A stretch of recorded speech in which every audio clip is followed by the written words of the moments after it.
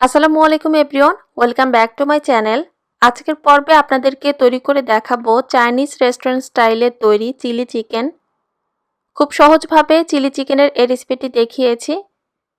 যারা নতুন রাঁধুনি বা ব্যাচেলার ভাইরা আছেন, আশা করছি আজকের রেসিপিটি তাদের কাছে উপকারে আসবে। যদি রেসিপিটি ভালো লাগে তাহলে প্লিজ আপনারা আপনাদের ফ্রেন্ডস অ্যান্ড ফ্যামিলির সঙ্গে রেসিপিটি শেয়ার করতে পারেন। সেই সঙ্গে এই রেসিপিটি যারা আমার ফেসবুক পেজ fnfcooking-এ দেখছেন, পরবর্তী রেসিপির আপডেট পাওয়ার জন্য চাইলে আপনারা আমার ফেসবুক পেজটাতে একটা লাইক দিয়ে রাখতে পারেন।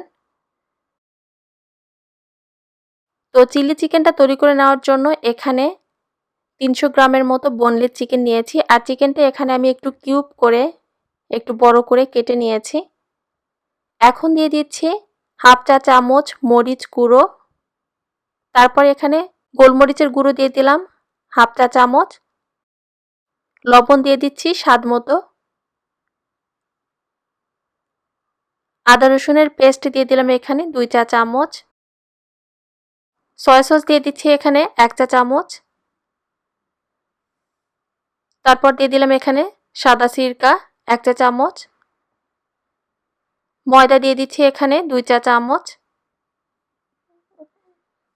কর্নফ্লাওয়ার দিয়ে দিচ্ছি এখানে হাফ টেবিল চামচ। একটা ডিম ভালোভাবে একটু মিশিয়ে রেখেছিলাম, সেই ডিমের কিছুটা অংশ দিয়ে দিলাম।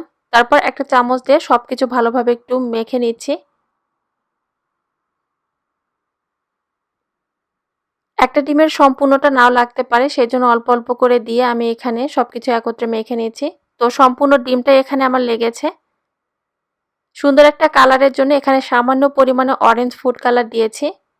তো কালারটা দিয়ে দেওয়ার পর আবারও সবকিছু একত্রে ভালোভাবে একটু মেখে নিয়েছি। তবে ফুড কালারটা দেওয়াটা কিন্তু টোটালি অপশনাল, চাইলে দিবেন আর না চাইলে এটা না দিলেও কিন্তু হবে।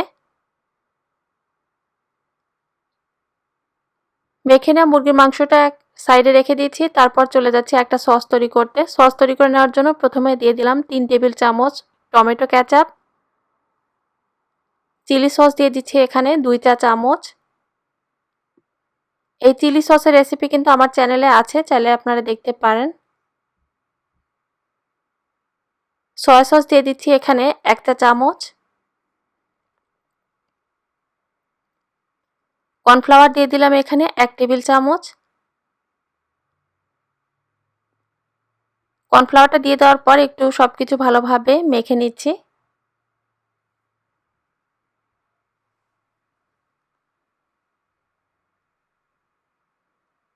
তো সসটা কিছুক্ষণ ভালোভাবে মেখে নেওয়ার পর এখন দিয়ে দিচ্ছি এখানে হাফ কাপ পানি। পানিটা দিয়ে দেওয়ার পর আবারও সসটার সঙ্গে ভালোভাবে একটু মেখে নিচ্ছি। এই সস দিয়ে কিন্তু রান্নাটা হবে। তো সসটা তৈরি করা হয়ে গিয়েছে, এখন এটা সাইডে রেখে দিচ্ছি। তারপর যে মুরগির মাংসটা মেরিনেটের জন্য রেখেছিলাম 10 মিনিটের জন্য, 10 মিনিট পর এখন ডুবো তেলে মুরগির মাংসটা আমি ভেজে নিচ্ছি।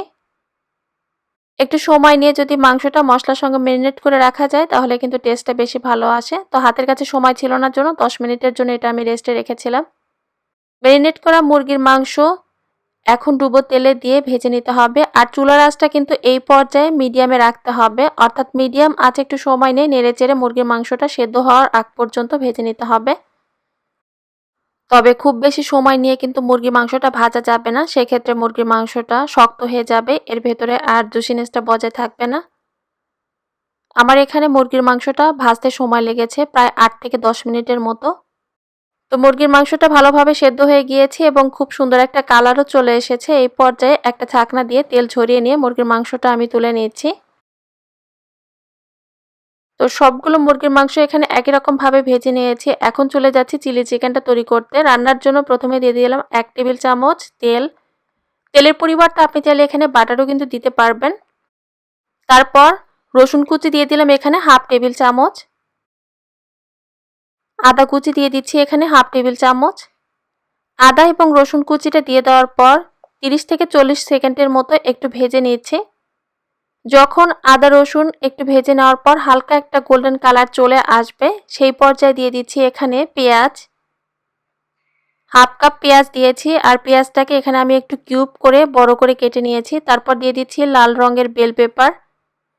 এরপর দিয়ে দিচ্ছি সবুজ রঙের বেল পেপার।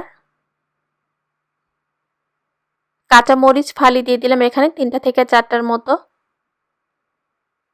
এখন সবকিছু একটু ভালোভাবে ভেজে নিচ্ছি, অর্থাৎ 3 থেকে 4 মিনিটের মতো এটা ভেজে নেওয়ার পর আগে থেকে যে একটা সস তৈরি করে রেখেছিলাম সেই সসটা দিয়ে দিলাম। সসটা দিয়ে দেওয়ার পর আবারও সবকিছু একটু নেড়েচেড়ে মিশিয়ে নিয়েছি। আর চুলার আঁচটা এই পর্যায়ে মিডিয়াম থেকে সামান্য পরিমাণে কমানো আছে। তারপর দিয়ে দিচ্ছি স্বাদমতো কিছুটা লবণ। আর লবণটা কিন্তু এখানে একটু বুঝে দিতে হবে, যেহেতু সস তৈরি করার সময় এখানে সয়া সসটা দিয়েছি। গোলমরিচের গুঁড়ো দিয়ে দিলাম সামান্য পরিমাণে। চিনি দিয়ে দিচ্ছি এখানে 1 চা চামচ।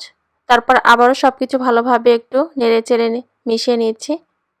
চুলার আঁচটা যেমনটা বলেছিলাম মিডিয়াম লোতে রাখা আছে, কারণ খুব বেশি আঁচে এটা তৈরি করলে দেখা যাচ্ছে সবজিগুলো একদম সেদ্ধ হয়ে যাবে। এরপর দিয়ে দিচ্ছি ভেজে রাখা মুরগির মাংস। আর মুরগির মাংসটা ভাজার সময় কিন্তু একেবারে এটা সেদ্ধ হয়ে গিয়েছে। তো মুরগির মাংসটা দিয়ে আর এটা বেশিক্ষণ চুলায় রাখতে হবে না, জাস্ট 4 থেকে 5 মিনিটের মতো নেড়েচেড়ে এটা রান্না করে নিলেই তৈরি হয়ে যাবে মজাদার চিলি চিকেন। তো চিলি চিকেনটা আমার তৈরি করা হয়ে গিয়েছে। আর এখানে সবজিগুলোও কিন্তু আস্ত আছে, মানে এটা গলে যায়নি সেদ্ধ হয়ে। এখন এটা আমি চুলা থেকে নামিয়ে নিচ্ছি, তারপর গরম গরম এটা একটা প্লেটে সার্ভ করছি। এই চিলি চিকেনটা শুধু দেখতে লোভনীয় নয়, খেতেও কিন্তু ভীষণ মজার হয়েছে। আপনারা অবশ্যই রেসিপিটি ফলো করে বাসায় তৈরি করে দেখবেন। আজকের রেসিপিটা আপনাদের কাছে কেমন লেগেছে সেটাও কিন্তু কমেন্ট করে আমাকে জানাতে ভুলবেন না। তো সবাই ভালো থাকবেন, সুস্থ থাকবেন, আমাদের সবার জন্য দোয়া করবেন। আল্লাহ হাফেজ।